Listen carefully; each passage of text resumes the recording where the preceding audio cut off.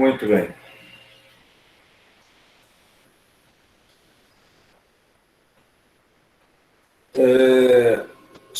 Só voltando um pouquinho, a gente viu que os amino e glicosídeos são antibióticos, mas para gram é negativo, né? Não tem absorção oral, somente parenteral ou o uso tópico, que é o caso da aneomicina, né? E quanto mais rápido e maior a concentração no foco da infecção, maior será a sua ação. Possui efeito pós-antibiótico prolongado contra gram negativo, podendo se beneficiar com o uso de doses maiores administrada em dose única. Gente, o que é isso aqui?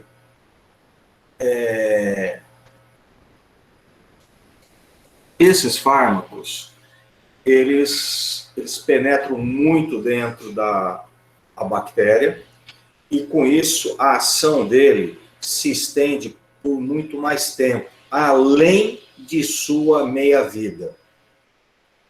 A gente chama isso de ação pós-antibiótico. E, com isso, esses fármacos, eles acabam se beneficiando, onde você pode fazer uma dose alta, única vez ao dia.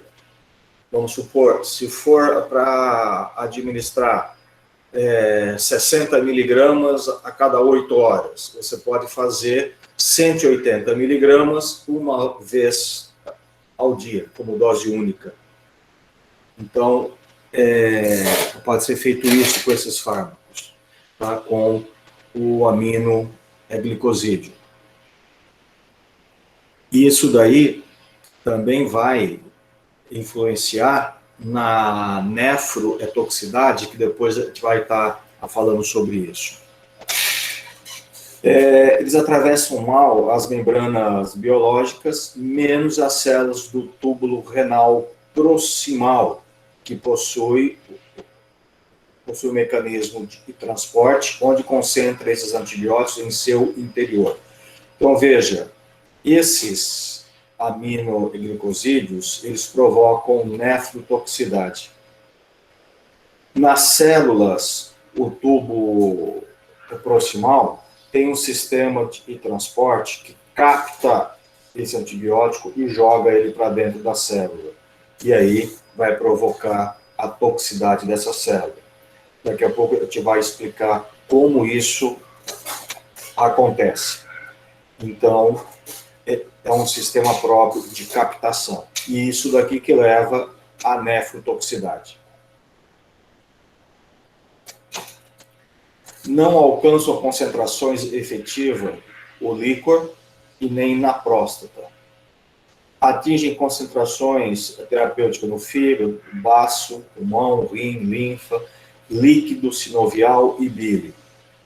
Nos líquidos peritoneal, pleura, pericárdio, acítico, é inferior a 50% a do plasma. Então, veja que a concentração é muito baixa. Alcançam concentração terapêutica em tecido placentário, no feto e no líquido amniótico. Não atinge o humor vítreo para tratar endoftalmites. O que é o humor vítreo? Vocês lembram?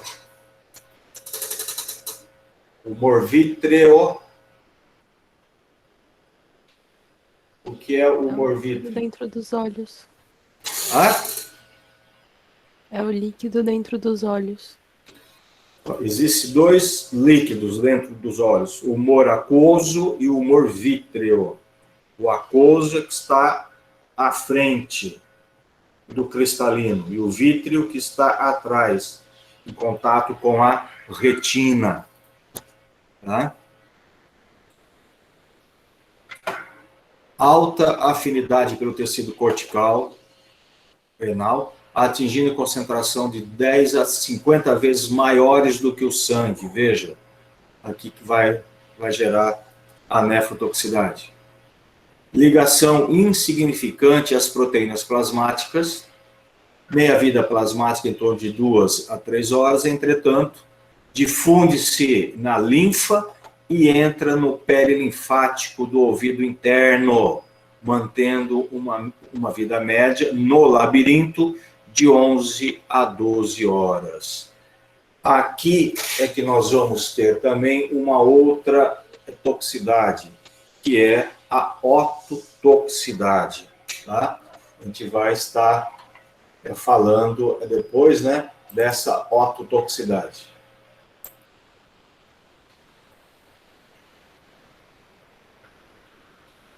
E distribui em tecido adiposo. Eliminação renal por filtração. Após uma dose única de 60% é excretado nas primeiras 24 horas. O restante permanece ligado às células corticais e renais. E fica nessas células por 20 a 30 dias. Veja aqui o perigo, né? Por isso que leva à nefrotoxicidade. Sofre acúmulo em paciente com insuficiência renal. Então, esses pacientes precisam fazer ajuste de dose para não ter toxicidade. A dose tóxica é pouco maior que a dose terapêutica e tem sido elaborado fórmulas para o cálculo de dose em função ao nível de creatinemia. Então, tem que se preocupar muito com a concentração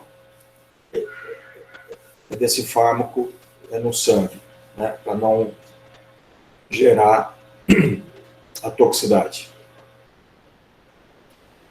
Fatores que podem afetar a eficácia deles: ambiente de anaerobiose, né, redução do pH, o aumento de osmolaridade, né, diminuindo a diferença de potencial e condições purulentas. Tudo isso pode interferir.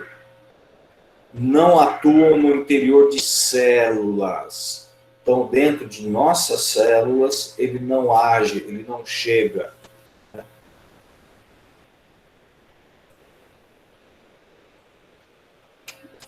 Nós já havíamos comentado de interação medicamentosa, e é onde nós havíamos já falado os beta-lactâmicos, né, que podem ser administrados em associação aos aminoglicosídeos. É comum essa prática, uma vez que o beta-lactâmico ele age a nível de parede celular. E o aminoglicosídeo ele age dentro da parede, dentro da bactéria. Então, ele precisa atravessar a parede. Então, aí, a associação desses dois faz com que o beta-lactâmico deixe a parede frágil e o amino, ele entra com maior facilidade. Então, é comum esse tipo de interação. Mas, lembrando que essa associação não pode ser feita, né, no mesmo recipiente, entrar no mesmo soro, entrar no mesmo equipo, não pode. Tem que ser tudo muito bem separado, porque senão há uma reação entre eles, se precipitam e perde atividade. Então, portanto, nunca associar na mesma solução ou seringa para administração intravascular. Aminoglicosídeo e ácido etacrínico potencializa a ototoxicidade, aumenta em pacientes com insuficiência renal. O ácido etacrínico é um outro tipo de diurético de alça, né?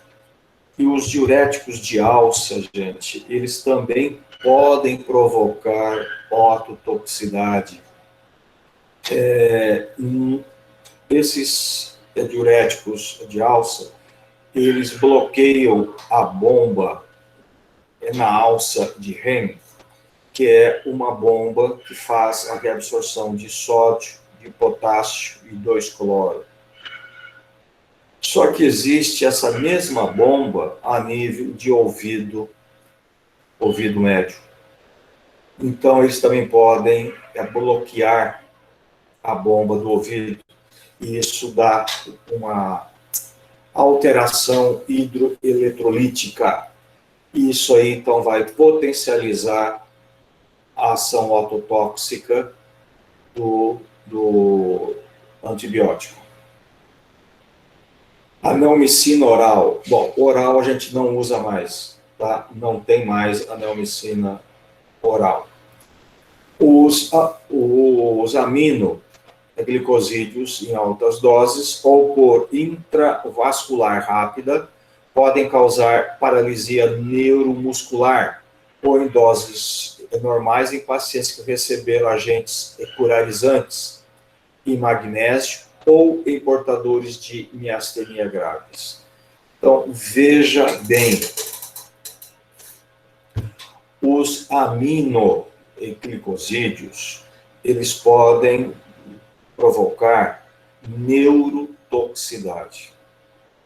Essa neurotoxicidade se refere a um bloqueio de junção neuromuscular. Pode dar paralisia muscular. Isso pode interferir diretamente na respiração. E aí, isso pode acontecer quando você usa ele sozinho, mas intravascular direta ou intravascular rápida, isso pode dar o bloqueio de junção. Agora, mesmo que você faça diluído, lentamente, mas se esse paciente está sob um efeito de um curare, né, ou se esse paciente tem uma miastenia graves, isso é muito perigoso. Você pode precipitar aí a paralisação neuromuscular, tá?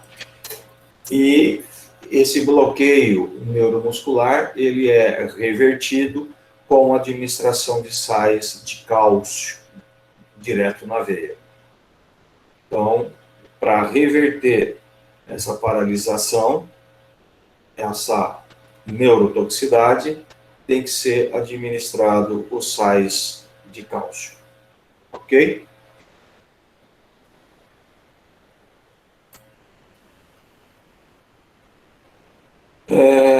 De natureza irritativa no local de administração, tóxico e de hipersensibilidade e reação devido a modificações biológicas do hospedeiro. Quando se aplica intramuscular, pode acontecer alguma irritação, né, o local, uma hipersensibilidade e tal. Mas, normalmente, são drogas bastante aceitas, bastante seguras, é difícil provocar esse tipo de reação. Quando se aplica intramuscular, é um antibiótico que praticamente não dói, você não sente muita dor, né? É diferente de uma bezetacil, né, que se aplica, que dói muito. Esse não. Mas, com a administração por vários dias, pode acontecer no músculo o que a gente chama de enduração. Esse termo, enduração, é o seguinte: quando você vai aplicando várias vezes no mesmo ponto, o músculo, né, aquela área que você está aplicando, forma a proteção que parece uma capa endurecida, fica duro. Você põe a mão e você sente, parece ter um negócio duro. E até para você fazer a aplicação, você tem que colocar mais força para ultrapassar aquela área endurecida. Isso a gente chama de enduração, né? Obviamente, depois, com bastante compressa quente, com paratal, isso daí tende a reverter, né? Mas forma essa capa endurecida no músculo. Então, isso que a gente chama de enduração.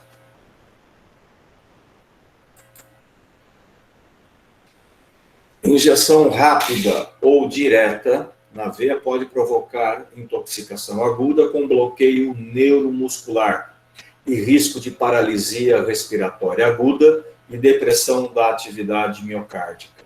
Então, foi aquilo que eu falei, é a neurotoxicidade. Esses fármacos têm que ser administrados diluídos, quando aplicado intravascular, tem que ser diluído em soro glicosado ou em soro fisiológico e aplicado no gota a gota, lentamente. Nunca pode ser feito injeção direta na veia, é muito perigoso. E mesmo diluído, tem que ser introduzido de forma lenta, para evitar a neurotoxicidade, que vai desencadear aí o bloqueio de junção neuromuscular, com parada cardiorrespiratória. Então, isso é muito sério, tá? A hipersensibilidade a esses antibióticos pode ser favorecida pelo uso tópico previamente. Às vezes, o indivíduo nunca utilizou esses antibióticos, e aí vai tomar a injeção e tem alguma manifestação ou reação alérgica. Então, ele já pode estar sensibilizado pelo uso tópico. Vamos supor, um dia ele usou a neomicina, né, a nebacetim, e foi sensibilizado.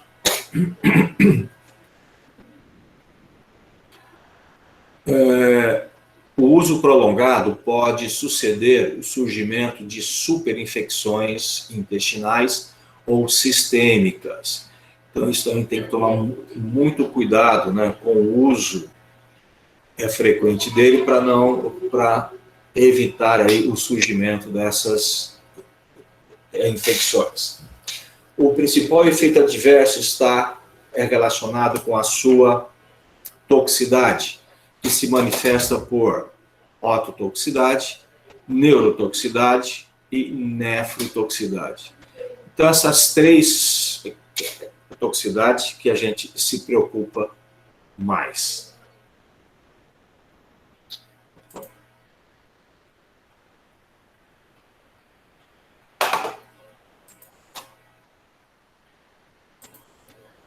Então, a nefro. Alteram o endotélio capilar, o glomérulo, reduzindo a filtração glomerular, o que pode ser resultante da estimulação do sistema renina-angiotensina, né, um sistema vasoconstritor, inibição do sistema calicreína, que é um sistema vasodilatador. Dose única diária capaz de reduzir a nefrotoxicidade, porque os receptores do córtex renal ficam rapidamente saturados. Deixa eu falar aqui e explicar uma coisa para vocês. Lembra que eu falei que as células, né, do túbulo proximal, ele tem um sistema de carreador que faz a captação desse antibiótico e joga para dentro da célula. Ok? Esse sistema de captação do antibiótico que está dentro dos túbulos para dentro da célula é um sistema de carreador, é um transportador. E o número desses transportadores são limitados, então ocorre a saturação. Ok? Lembra que eu falei que nós podemos, em vez de fazer várias doses ao dia, a gente pode fazer uma dose única ao dia? E eu falei que isso ia favorecer para evitar a nefrotoxicidade? Agora há pouquinho eu já falei isso. Por que isso? Porque se você for fazendo doses fracionadas, a cada dose que você faz, esses carreadores pegam uma concentração desse fármaco e levam para dentro das células. Se você fizer uma dose única alta, esses carreadores vão pegar uma parte e vão saturar. Então, eles conseguem pegar só uma parte e não pegam mais. Por quê? Porque eles estão saturados. Certo? No entanto, se eu for fazendo várias doses ao dia, ele satura, mas depois de 2, 3 horas, ele está livre. Aí você faz uma nova dose, ele vai lá e pega mais uma parte. Depois de 6 horas faz outra dose, ele vai lá e pega mais uma parte. Então, se você for fazendo doses fracionadas, a quantidade carreada para dentro da célula é muito maior do que você fizer uma dose única. Tá? É por isso, então, que dose única diária é capaz de reduzir a nefrotoxicidade, porque os receptores do córtex renal ficam praticamente saturados. Entenderam isso, gente? Tem alguma dúvida disso?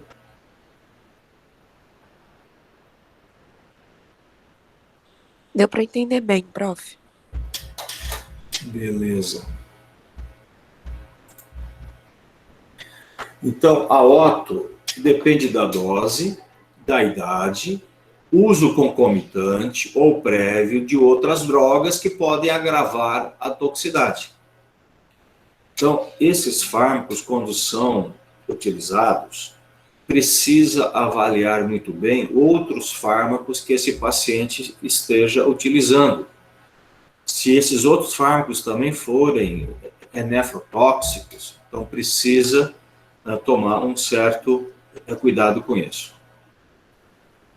Ele pode elevar a lesão do 8º par craniano, afetando a função vestibular. Tá?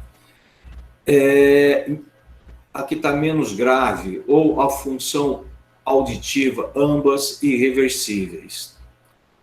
Quando nós falamos em função vestibular menos grave, é o seguinte: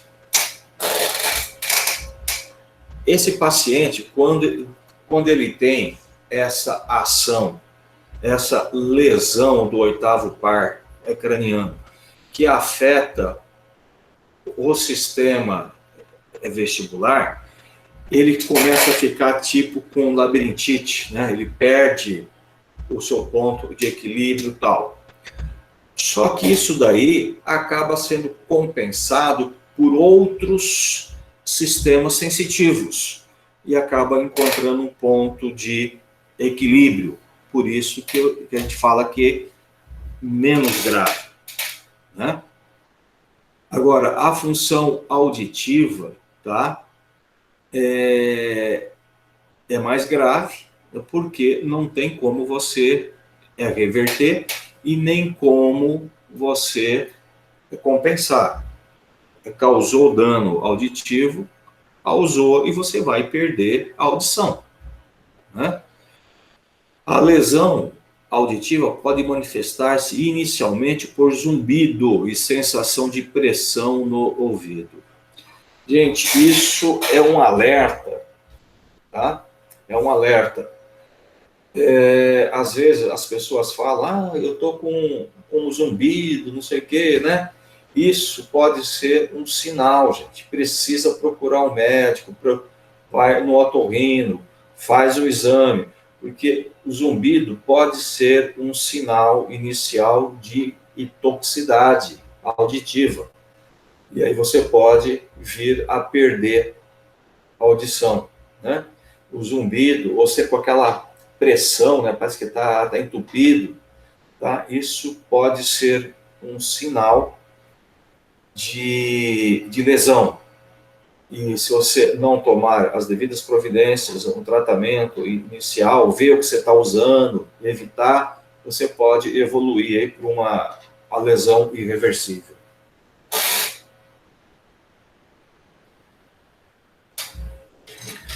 Bom, a nefrotoxicidade é o seguinte: esse fármaco, eles são sequestrados, né, no interior de lisossomas. Então, existem aqueles carreadores que pegam o fármaco que está passando pelo túbulo e joga para dentro da célula tubular.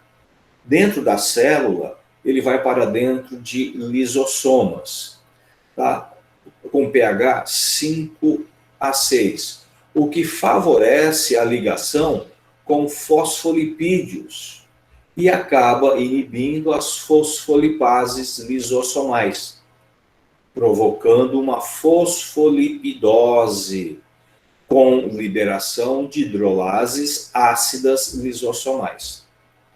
Então, veja bem, o antibiótico ele está passando pelos túbulos para ser excretado. Os carreadores pegam ele e jogam para dentro da célula. Uma vez ele dentro da célula, ele é sequestrado pelos lisossomas. E lá dentro, os lisossomas, o pH, vai favorecer para que ele se ligue a lipídios, aos fosfolipídios. E vai inibir a enzima que degrada esses lipídios. Vai inibir a fosfolipase. E aí você gera o quê? Gera um acúmulo de fosfolipídios, que a gente chama de fosfolipidose. E esse aumento vai aumentando, aumenta a pressão nos lisossomas e provoca a liberação das hidrolases ácidas, que são as enzimas ácidas dos lisossomas, para fora dele, ou seja, para o interior da célula. E isso daí é que acaba o quê? Corroendo, matando a célula. Daí que vem a destruição das células tubulares, que leva à nefrotoxicidade. Além disso, inibe também a fosforilação oxidativa nas mitocôndrias do córtex renal e as ATPases. Então, essa soma de efeito, tá? A liberação de enzimas e a falta, a inibição da oxidação, tá? Leva à degeneração celular e necrose dos túbulos renais. É aí então que você começa a perder função renal. Por isso que esses fármacos são nefrotóxicos, são perigosos, porque a gente tem que evitar esses fármacos em dose alta e quando utilizar em dose única para ter a menor concentração possível captada por essas células. Ok? Então, a nefrotoxicidade é dada por isso, pela captação deles pelos lisossomas, né, o que vai agravar, né, o que vai gerar aí um acúmulo de lipídios e vai gerar a liberação das enzimas ácidas e a fosforilação oxidativa das mitocôndrias.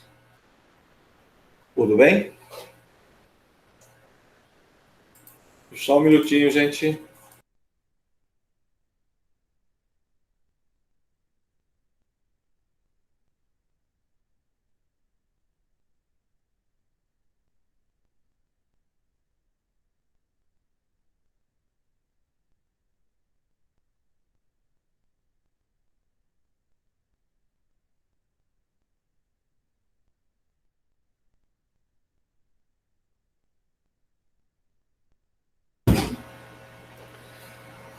Tudo bem até aqui, gente?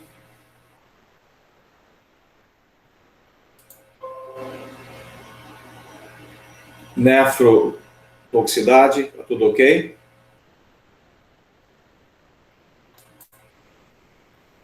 Ototoxicidade.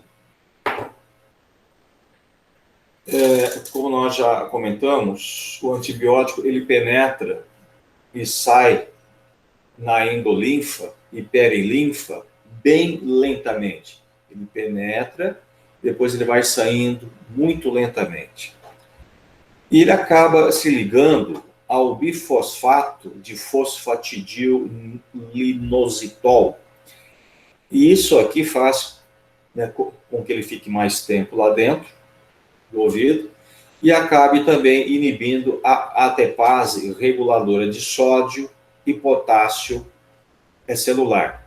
Veja que essa ATPase reguladora de sódio e potássio é onde que eu falei que os diuréticos de alça também agem, tá? Promovendo a lesão das células auditivas e do vestíbulo. Então, eles inibem essa ATPase, né, que regula a concentração de sódio e potássio, e acabam, então, desregulando aí esse sistema hidroeletrolítico da linfa e da perilinfa. Essas inibições levam a alterações do gradiente iônico, né, da linfa, lesando as células cocleares e vestibulares, com alteração na integridade do oitavo par craniano, o que eu falei lá atrás para vocês, né? E isso acaba levando aí, né, a lesão vestibular, onde o indivíduo começa a ter aí problemas com o equilíbrio e tal.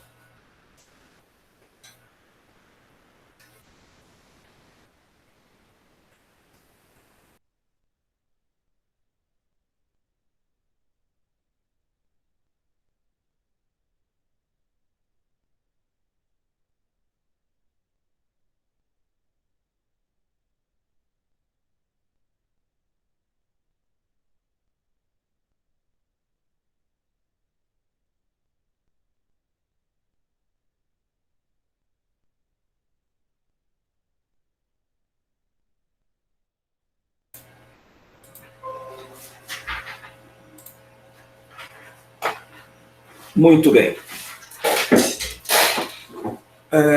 A neurotoxicidade.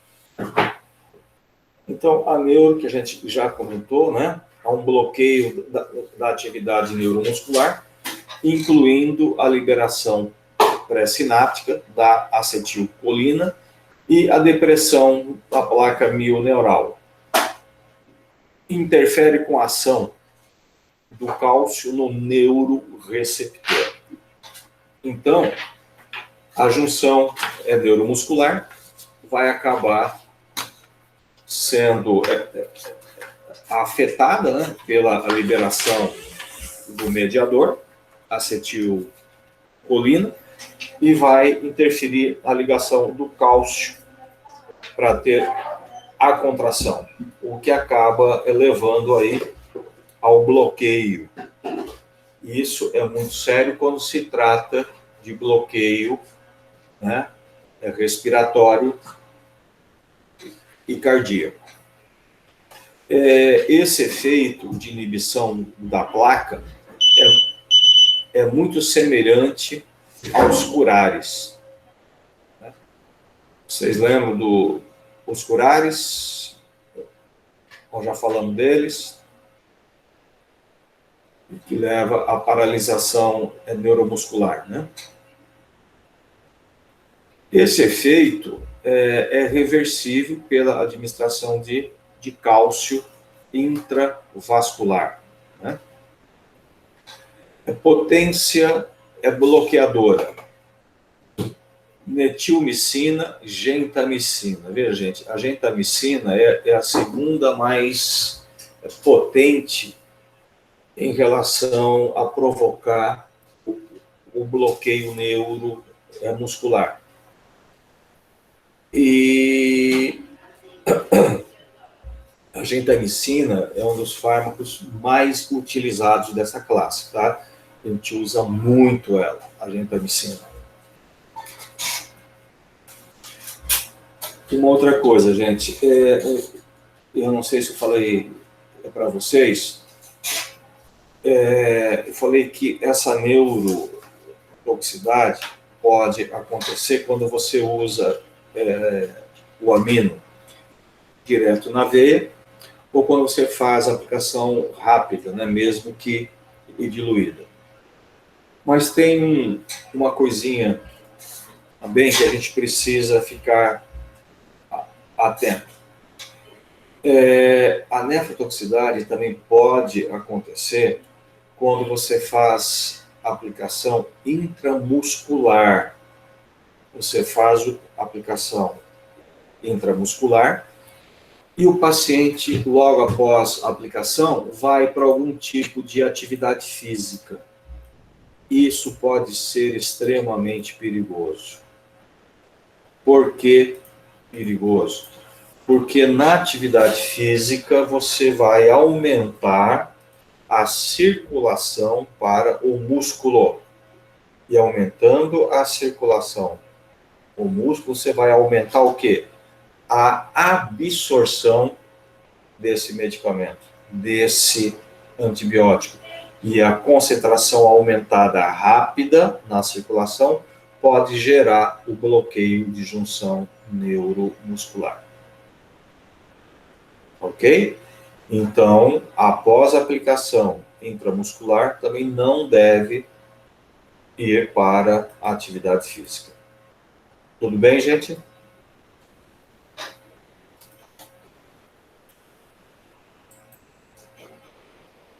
Pacientes em uso podem se queixar de vertigem, lassidão.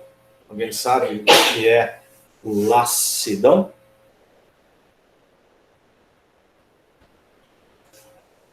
Não sei. Não conheço, professor. Não ouvi. Não conheço esse termo. Acho que é fadiga, não é? É mais ou menos isso, mas é um estado aumentado de fadiga, né? A lassidão é aquele estado onde você já não consegue nem se suportar mais o peso do seu corpo, né? Você já começa a se arrastar, né? Por falta de força muscular. Isso é uma lassidão, né? Aquele camarada quando faz aí a maratona, né? Corre, nada, não sei quantos quilômetros aí, a hora que ele ultrapassa a linha de chegada, ele tá que não consegue nem parar em pé, né? É um estado de lassidão. É fraqueza muscular, é parestesias periféricas, principalmente ao redor da boca, começa a adormecer, né? Ataxia e falta de acomodação visual. Essas queixas revelam uma neurite periférica, que muitas vezes surgem na hora seguinte à administração, piorando na atividade física. Por quê? Aumento da absorção. Tá? Então, é isso que eu disse, deve-se evitar atividade física após a aplicação desses fármacos.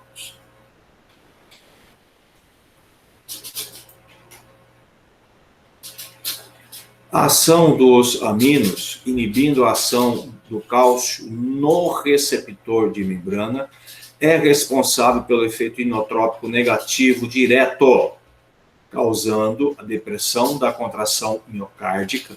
Esse risco se dá com alta dose do antibiótico por via intravascular rápida. Então, pode dar parada cardíaca? Pode, quando se usa ele rapidamente na veia. Tem que tomar muito cuidado com isso.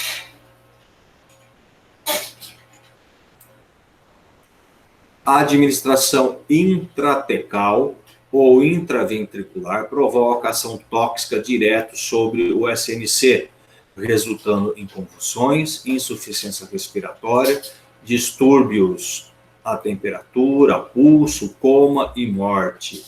Então, não pode ser administrado intratecal. O que é intratecal? Pela aplicação direto no líquido, né? Sinovial.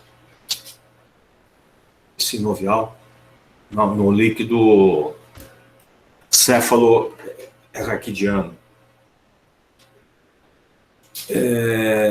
Embora muito raro, pode ocorrer neurite óptica, com estocomas cintilantes e outros distúrbios. O que é estocomas?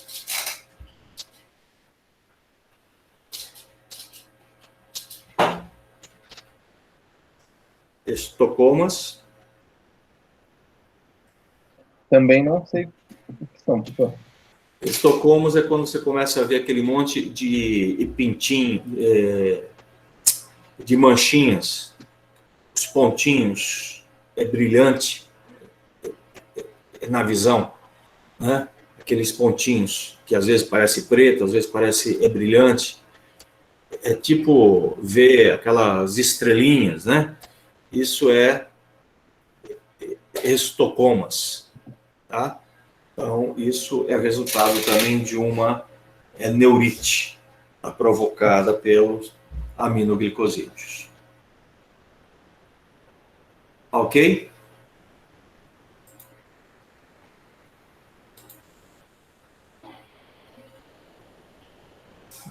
Perguntas, aminoglicosídeos? Dúvidas? Tudo bem?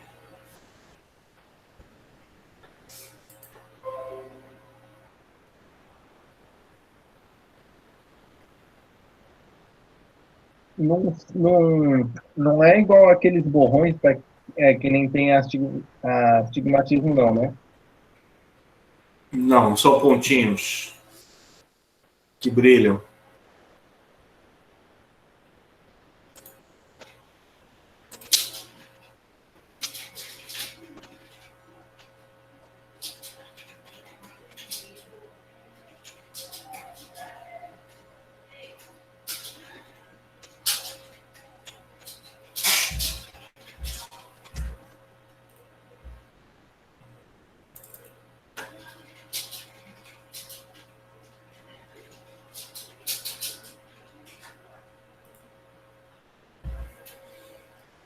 Muito bem.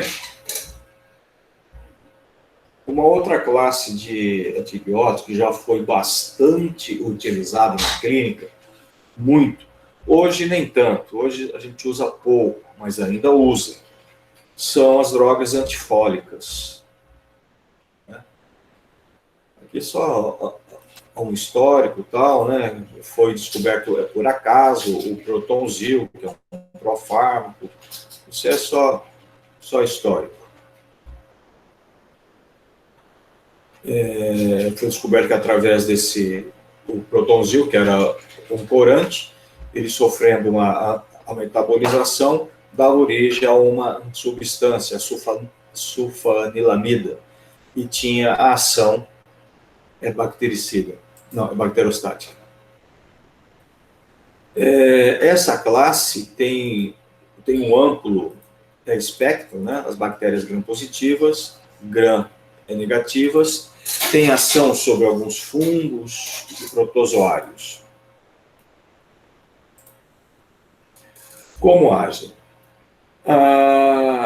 Essa classe, as sulfas, né, as sulfonamidas, possui uma estrutura muito similar ao ácido paramino benzoico, que é o PABA. Né? Então, a estrutura deles é muito parecida com o PABA. O PABA é uma substância que a bactéria necessita para sintetizar o seu ácido fólico. Lembra? A bactéria precisa de ácido fólico, ela precisa sintetizar o seu ácido fólico. E a síntese de ácido fólico vem a partir do PABA.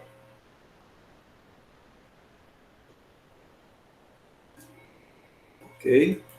Tá? Então, o ácido fólico, a obtenção. Para nós, né, o ácido fólico vem da a dieta, né? Então, nós, como animais superiores, nós utilizamos aí o ácido fólico vindo da alimentação, né? Brócolis, espinafre, gema de ovo, feijão, peixe, fígado e tal. Agora, os micro-organismos, eles fazem sua síntese, a síntese do ácido fólico. E para ter o que? A síntese dos ácidos nucleicos que produzem as proteínas, tecidos, inclusive o DNA e RNA. Então, o ácido fólico ele é importantíssimo para a formação do DNA e do RNA. Então, o microorganismo ele precisa da síntese de ácido fólico para conseguir se replicar. Então, a pitiridina mais o ácido paramino benzoico, através de uma enzima, a dihidropteroato sintase, forma o ácido dihidropteróico. Esse ácido, através do glutamato, forma o ácido dihidrofólico ou dihidrofolato, que é o ácido fólico. E esse ácido fólico, através de uma outra enzima, a dihidrofolato redutase, forma o ácido tetrahidrofólico ou o tetrahidrofolato, que é o ácido folínico. E esse ácido folínico é que vai dar síntese de purinas, glicinas, timida.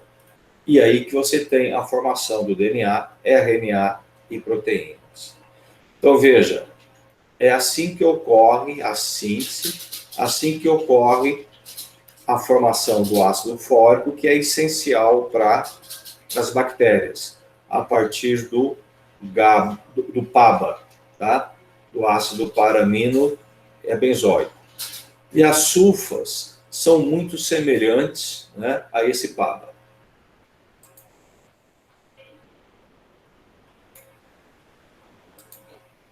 Deixa eu ver aqui.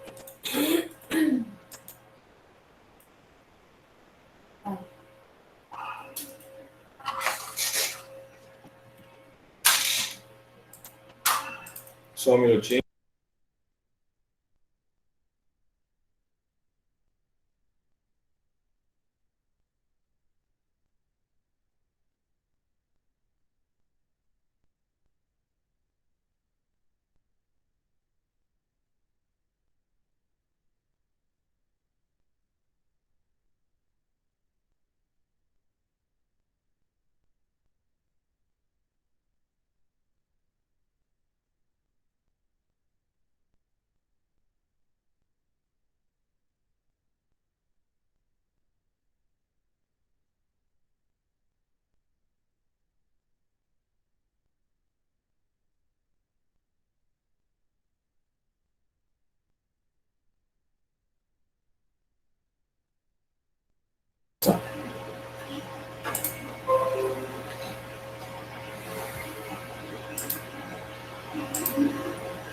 Muito bem. Vamos lá. Então, aqui é que ocorre a síntese. Aonde que esses fármacos, a sulfa, elas entram? Elas entram aqui. As sulfas, elas inibem a dihidropteroato sintase, inibindo essa enzima. Inibindo essa enzima, você não vai ter a formação do restante da cascata. Ok?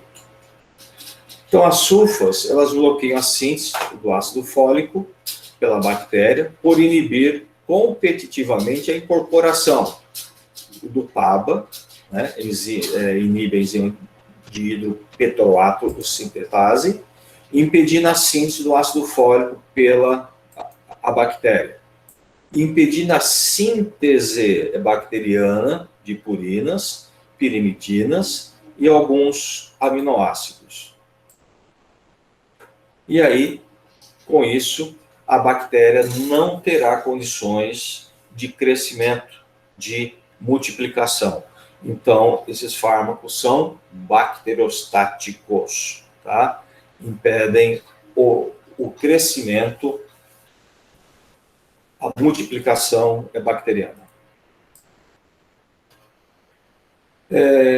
Esses fármacos, as apresentações por via oral, venosa e tópica.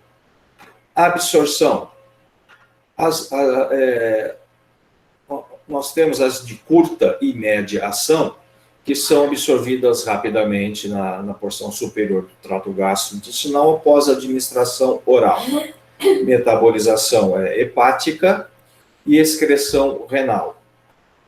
Frente a uma insuficiência renal, você pode ter um acúmulo tóxico, tá? Ele também pode ser eliminado pela bile e pelo leite materno.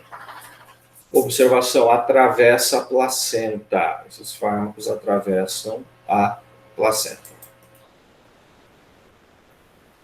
E nós temos, dentro dessa classe de sulfa, as de curta e média ação, caso sulfisoxazol, sulfadiazina, sulfa-metaxazol. Ação longa, sulfa-metoxipiridazina e sulfadoxina. E temos também as sulfas que são limitadas ao trato gastrointestinal. São sulfas que não são absorvidas. A ação delas é restrita ao TGI, como a sulfasalazina. E a gente acaba utilizando, né, essa sulfasalazina para colite ulcerativa, também é utilizada para a doença de Crohn, né, por ter ação apenas localizada e não sistêmica.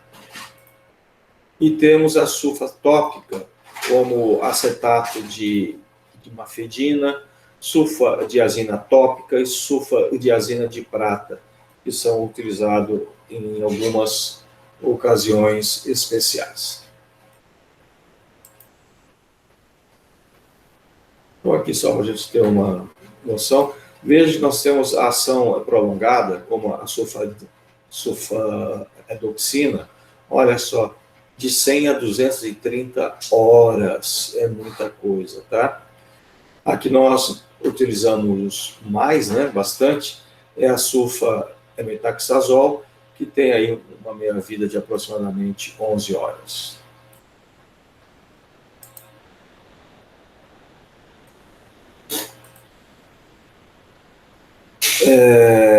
Então, aí nós temos sulfas de absorção e eliminação rápida, dose de manutenção repetida a cada 4 a 6 horas, e sulfa de absorção rápida e eliminação lenta, dose de manutenção a cada 12 ou 24 horas.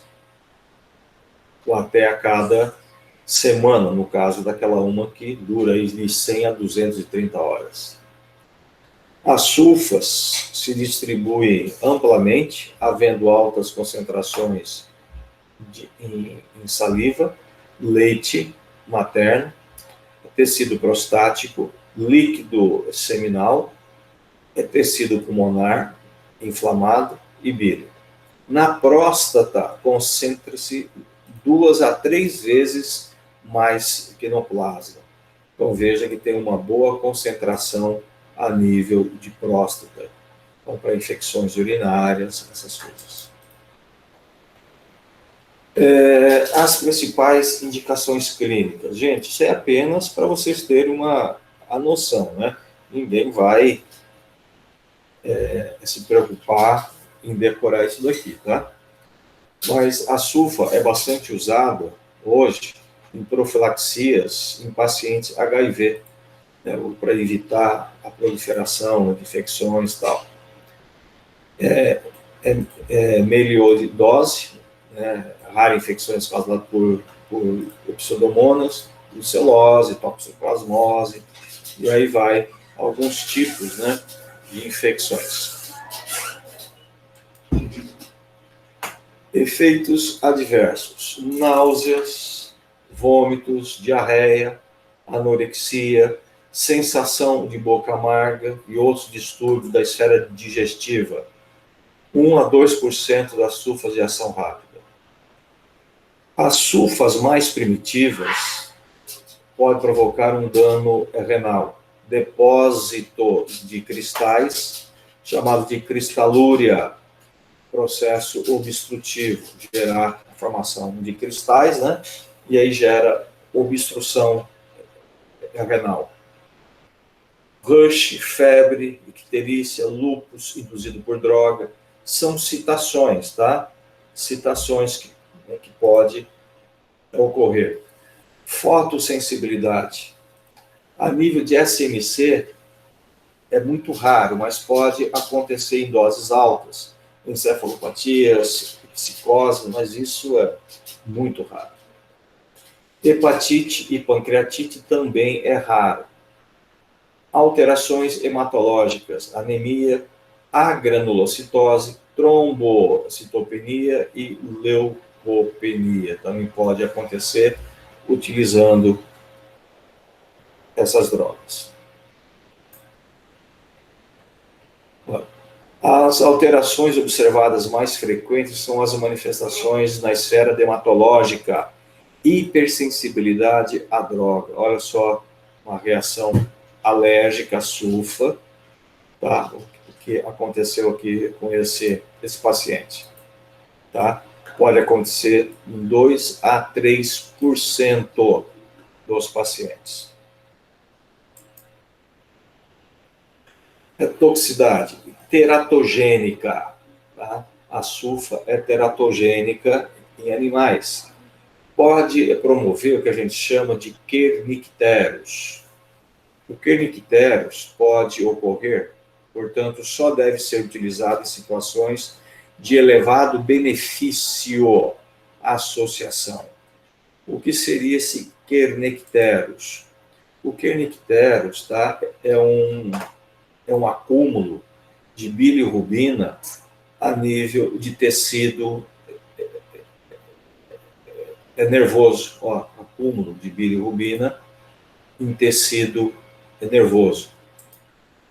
Ó, aqui é um corte de cérebro, né? Olha só o acúmulo aqui, ó. Kernicterus. E por que acontece isso? A bilirrubina, ela se liga às proteínas plasmáticas. Só que a sulfonamídico também se ligam às proteínas plasmáticas e vão ter maior afinidade pelas proteínas. Com isso, aumenta a bilirrubina livre, tá? E a bilirrubina livre atravessa a barreira hematoencefálica do recém-nascido, atingindo o SNC e se depositando e provocando o kernicterus. Tá? Então, por isso que não deve ser administrado em gestantes. Ok? Kernicterus, beleza? Interações medicamentosas. Sulfonilureia, itobutamida, hipoglicemiante, anticoagulantes orais, tiopental, tudo isso aumenta efeito. Por que aumenta o efeito? Porque ela vai deslocar esses fármacos das proteínas, aumentando a oferta do fármaco livre. Tá? O contraceptivo oral diminui o efeito também, né, por nível de aumentar a excreção, diminuindo o efeito do ciclo enterohepático. Antiácidos orais, reduz a absorção. Anti-inflamatórios, antidiabéticos orais, anticoagulantes cumarínicos, ligação às proteínas também, ou metabolização inibida, tá? Então você tem a metabolização inibida desses fármacos e o deslocamento deles das proteínas, aumentando a concentração sérica, provocando o aumento de efeito. Não deve consumir bebida alcoólica utilizando sulfa. Não deve.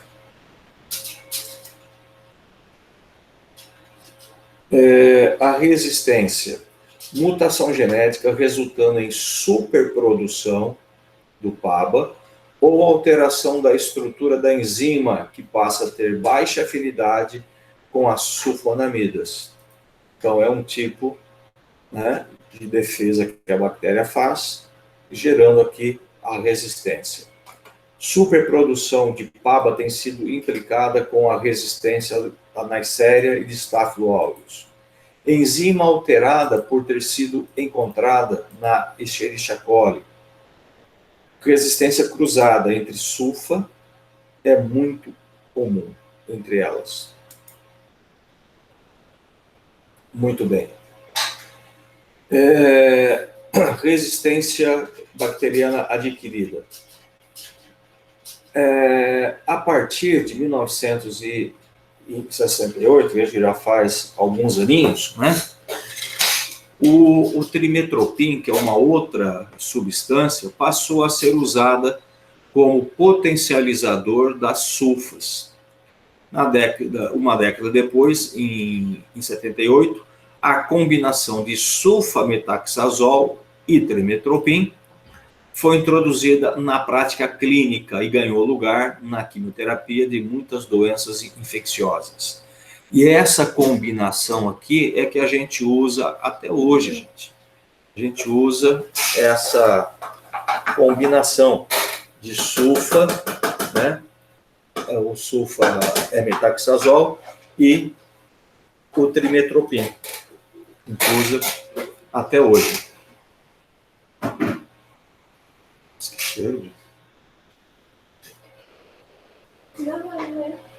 E o que é a trimetropina?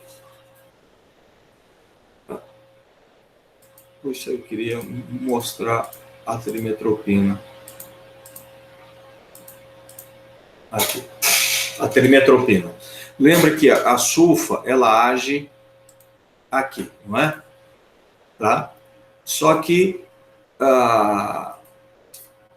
a bactéria acaba produzindo muito mais PABA, né, e acaba desviando a síntese. Aí o trimetropin, ele vai agir aqui, ó, inibindo essa outra enzima. Então, por isso que a gente usa esses dois juntos, né, para inibir as duas enzimas, não dando alternativa para a bactéria na formação do ácido efolínico. Então, por isso que ocorre a potencialização do efeito. E é isso que a gente usa até hoje.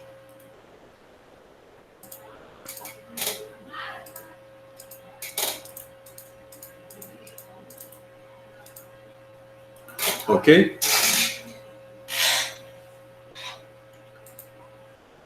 A sulfasalazina, que é aquela que é administrada oral e não sofre absorção, tá? É o seguinte, quando você administra, né, a sulfasalazina, ela vai ser transformada a nível de TGI em sulfapiridina mais ácido 5-aminosalicílico, o 5-ASA. E esse 5-ASA, ele tem uma ação anti-inflamatória. Por isso que a sulfasalazina é utilizada para colites ulcerativas e para doença de Crohn, tá? Porque ela é transformada em 5-aminoglicosídeo, aminosalicílico, desculpa, formando então esse 5-ASA, que tem atividade anti-inflamatória, tá? Ela não sofre a absorção.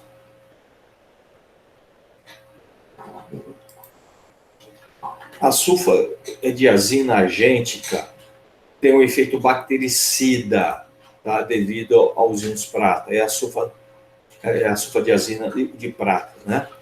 Ela é muito utilizada em pacientes queimados, feridas infectadas, infecções ginecológicas vaginais. Então, a gente usa essa sulfadiazina argêntica, quer dizer, com íons prata. A sulfadiazina tem uma rápida absorção por via oral e eliminação renal.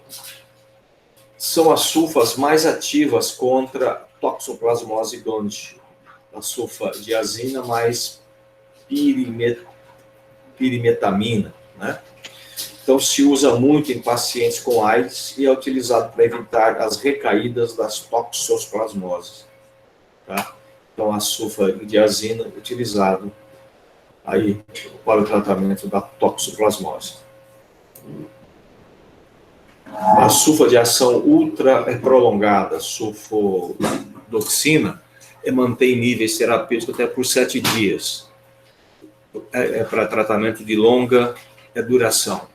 Usado em associação com a pirimetamina na toxoplasmose do paciente aidético. Paracoccidiodomicose, né, que é um tipo de fungo, né, que dá na boca, dá nos olhos, tá? Então aí também pode ser usado a sulfa. O trimetropin que a gente já falou, né? Ele potencializa a ação da enzima bacteriana, a dihidrofolato redutase responsável pela próxima etapa, né, da síntese do ácido fólico. Então, portanto, ocorre um sinergismo, ação bacterostática potencializada. E é isso que a gente usa até hoje, né? A potencialização. Ok? A cinética do trimetropin tem que ser muito semelhante à sulfametaxazol, né? Lembra que a gente já comentou isso, a gente só pode associar fármacos com as características semelhantes. Então, o trimetropin tem uma boa absorção e uma meia-vida também em torno de 11 horas. Mesma coisa da sulfametaxazol. Metabolização hepática, excreção renal, leite materno, atravessa também a placenta e vai para o líquido cefalorraquidiano quando houver inflamação das meninges. Só em caso de inflamação, caso contrário, não. Então, aqui eu já mostrei para vocês aonde o trimetropin ele age. Então, aqui, só mostrando sem importância. O trimazol, o Bactrim, né, que é um nome comercial bastante utilizado, né? 40% de trimetropin, 65% de sulfametaxazol. Ligam-se as proteínas, metabolização hepática e excreção renal. A sulfa é bastante utilizada ainda em casos de infecções urinárias, né? A gente usa ainda hoje, tá? Então, aí alguns tipos de infecções que pode ser usado as sulfas, como disse, principalmente infecções urinárias, infecções de próstata, tá?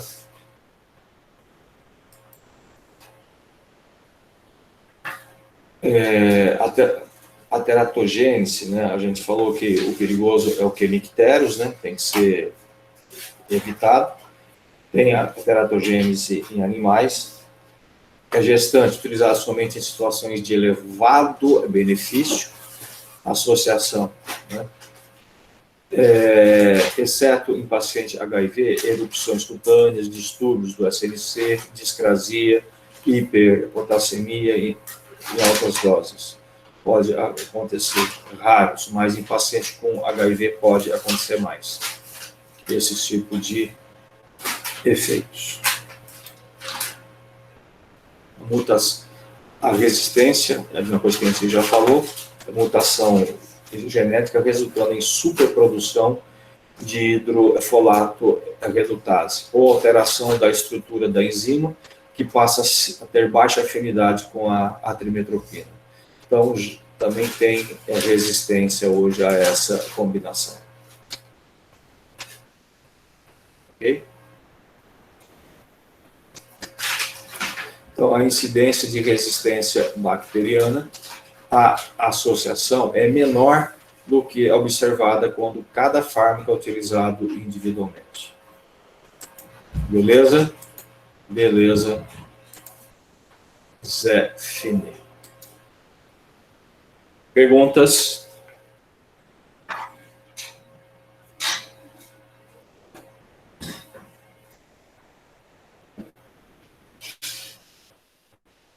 Problemas? Bom, problema não. Perguntas? Foi tranquilo.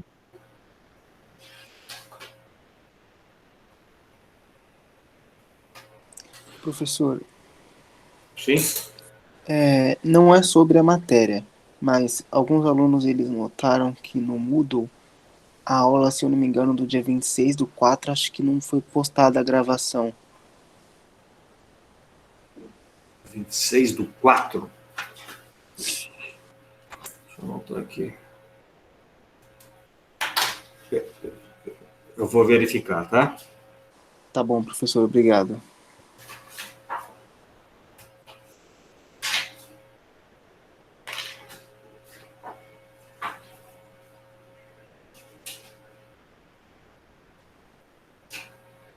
Nossa, eu nem lembrava, mas o nome da dele, qual que é? Bruno?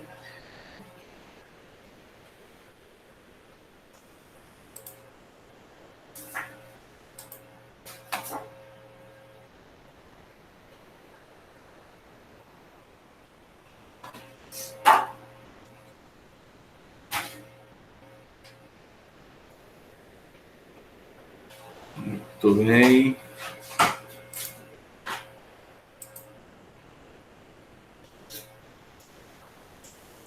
Alberto está aí, Ana Clara, Arthur, Beatriz Esteves, Presente. Beatriz Vasconcelos, Bruna, Carolina, Presente. Cássio, Presente. Presente? ele não está. A Débora está. Gabriela está. Giovana. Presente. Presente. A Gabriela está aparecendo 2 vezes. Está com 2 computadores. Júlia. Presente.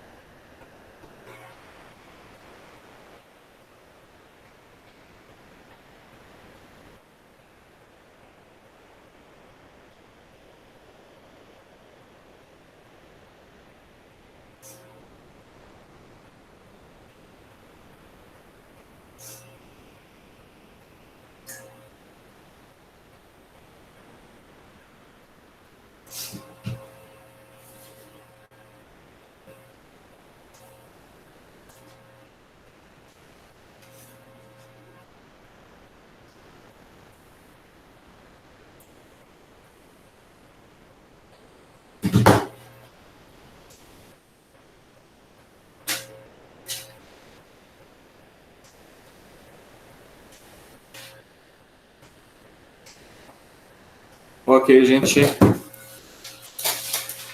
Obrigado. Até a próxima, gente. Obrigada, prof. Obrigado, Até semana que vem. Marcelino.